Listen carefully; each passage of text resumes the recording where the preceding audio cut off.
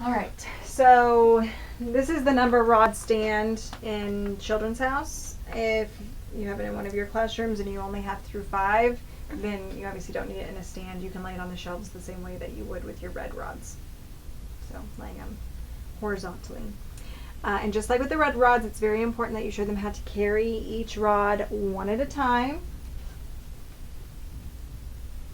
And I would only put out the number of rods that you plan on going with the child. So like in your class, since you have such a wide span, you'll probably have all 5 out. But when you give the lesson, you only bring out the number of rods that you want to introduce. So we're going to start with just 2.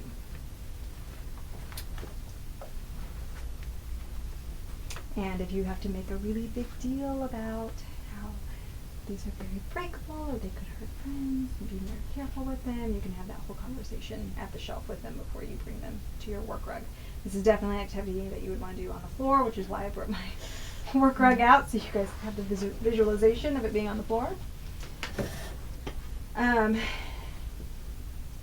one thing to know about the red or the number rods is that the red segment always starts first. So however you have them laid out, make sure that the red are always matching at the end. This is the rod of 1. 1. 1. This is the rod of 2. Since you're sitting that way, I'm going to turn them, okay? Okay. 1, 2. Can you count it? 1, 2. Okay. 1, 2. Can you point to 1? Very good. Can you point to 2? Very good. Can you move 1 right here? Can you hand me 2? Here. Can you pick up the 2? Very good. Can you put the 2 right here? Yep. Can you pick up the 1? Very good. Can you place the 1 right here? Thank you.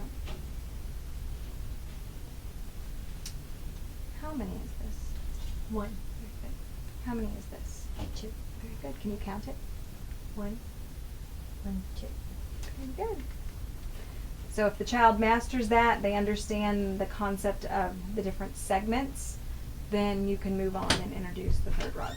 Do you guys want to see what that looks like? Are these red rods shipping?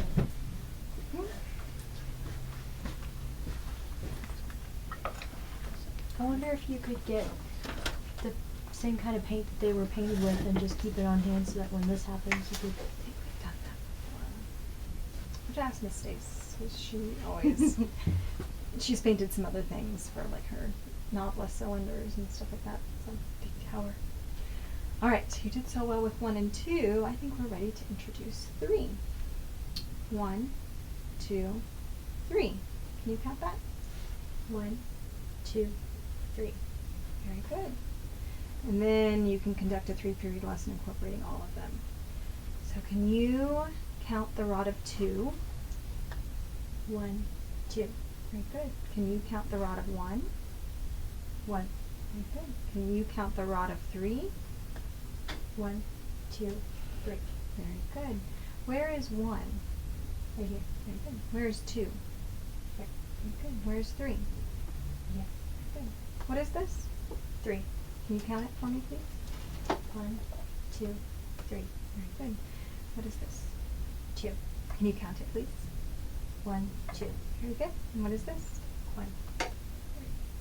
Awesome. Alright, so you conduct a 3-period lesson incorporating the ones that you've already introduced. Once you get past 3, then you can set those aside and you can do 4 and 5 on their own, and then you can add 6 and do a 3-period lesson with 3 through 6, and so on and so forth. You probably wouldn't get to 6. You could do it with 5, because Yeah. that's pretty much what we're gonna. I don't really recommend using the number rods past 5 in a toddler classroom because they are very long, and you guys have already noticed with the red rods they can be used as weapons. So when you get one that's as tall as the child, then that can cause lots of interesting things. So some fun things that you can do with the red or the number rods. And always model carrying one at a time, very close to your body.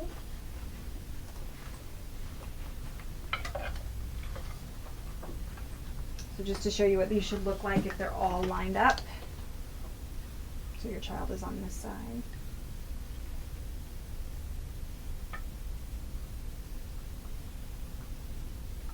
So this should directly parallel the way that we work with the red rods. 1, 1, 2, 1, 2, 3, 1, 2, 3, 4, 1, 2, 3, 4, 5. So once you have all of them out, then you can play some games with them. One thing that you can do is just have them all spread out on the work rug, and you might be you kind of have to make sure that the child that you're working with is going to be responsible enough with it, and you can have that conversation with them up front that if you hurt anybody with the rods, then you won't be able to work with them anymore. Just having that conversation and then follow through with that. So if they truly aren't being respectful with them or with their friends, then take it away. But this can be a really cool activity where you can be doing something else, but then assign the child who's working with it to go find a specific rod. So you're over here, hey, Johnny, can you go find me the rod of 3? They have to go to their work rod. They look at them. 3. They bring it to you. The rod of 3, and then you can ask them to count it for you. So 1, 2, 3. Very good. Can you take it back and go get me the rod of 2? They take it back to their work rod, find the rod of 2, bring it to you. Same thing. You ask them to count it. 1, 2. Good job. You found the rod of 2. How would you respond if you asked for the rod of 2 and they brought you the rod of 4? Oh, that's 4. So what I would initially ask is, can you count it for me? So they can say, I brought the rod of 2. Oh, really? Can you count it for me? And then hopefully they'll 1, 2, 3, 4. 4, that's the rod of 4. So you're not correcting them, they corrected themselves by counting it. Does that make sense? Yeah. And you would do the same thing if in a presentation you were doing the 3-period lesson and they ended up picking the wrong one. That's why you always ask them to count it. So they're counting it to confirm their work. It's their way of checking their work, if you will. So they're not just eyeballing it. They actually are 1, 2, 3, 4, 5. That one is 5. So it gives them the visual component of that looks like that's how many there are there, but I'm going to actually count it to ensure that that's correct. Sound good? Do you think that maybe this would be, the number rods would be better to introduce to them before the red rods? Because in our class, I feel like they're not interested enough in just tall and short, because they all look the same. They're not as interesting, and because there's not this aspect of like counting, and I feel like they just look at it and right away they're not interested in sitting down and listening and paying attention. They just immediately want to swing it. Whereas this might be a little bit more interesting. Mm-hmm. Do you think? So the reason that we introduce long and short first is to give them a baseline for the vocabulary and the concept. So long and short is an abstract concept. Short, and we have long. Where when you add the number to it, you're creating the visualization that 1 is very short, where 10 or 5 is long. So they have to have that framework in the beginning to understand the concept that numbers build on each other. Does that make sense? Yeah, that makes sense. So I understand what you're saying, where they might be more intrigued by this work, but it's really important that they understand that baseline concept before moving on. So maybe we just, and you probably did say this in the training, so to start out, maybe we just, if these were the red rods, we would just start with 2? Yeah. Okay. So you can, if you wanted to introduce that concept and make sure they understand that concept, I would do that. I would want to make sure that they know how to set the red rods up, because as we've discovered with counting activities, when you add different colors, it can kind of confuse the mind a little bit. So if they know what it's supposed to look like as far as from long to short, then this layout isn't going to be as confusing for them by adding the color segments. And maybe they're ready now, because lately they've been taking more notice of things like big and small, like they've been like pointing to my nose versus their nose, and we've been talking about it. So maybe we could just try this week reintroducing it and see if they're ready now. Sure. And keep in mind with all the sensorial materials, there's multiple activities. So you have just the sensorial exploration, And it might be the exploration itself that they're not interested in versus the vocabulary.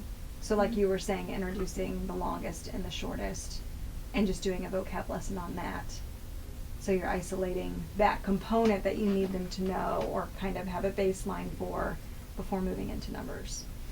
Okay. And then also making sure that you're making the red rods interesting, because if a child already knows how to set up the red rods, then they do become very bored with them very quickly. So you have to introduce lots of extensions to keep them engaged by creating different designs with them. And so if they're past that, then they probably are ready for something like this. Cool. I would try putting up the red rods if they're not using them right. Mm-hmm. And then doing a new lesson. Yeah, we've had it for several weeks. Okay, so now it might be a good time to reintroduce. And really evaluating where each of the kids are, and are they just ready for the sensorial exploration, or are they ready for the language component? Are they ready for some extensions related to those? Maybe they're ready to combine the red rods with the pink tower and the brown stairs. So there's lots of things that you can do to keep them engaged in the activity as Okay. well.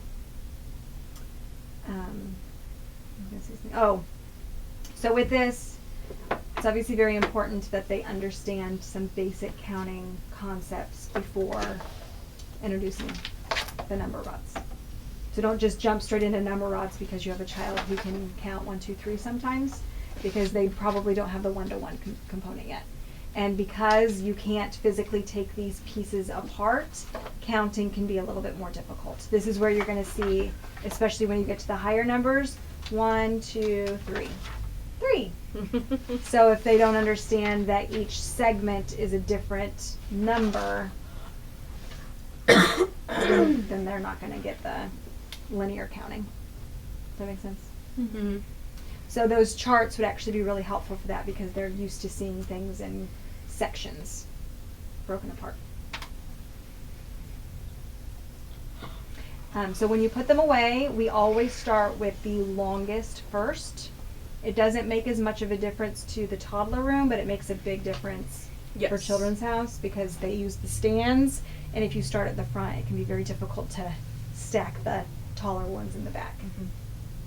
And it is easier Especially because if you have it between two shelves, yes, like I do. you really have to start with the last one. So you take them out with the shortest and you put them back with the longest first. And that should be the way that they're sitting on your shelf anyway. So this would be the back of your shelf, and then these line up like this if they're sitting on the shelf. Cool? And always touch your body. And what color goes first? Red. So if you guys can see this, the colors all line up all the way across. So if you see it alternating, then you know that they've put some of the blue ones on the bottom. And some people think that it's actually supposed to go in a pattern. Oh gosh. I've had somebody specifically like go through and change them all out so that it was patterned like that. I'm like, no. It looks Why? cool, but no. It does kind of look cool.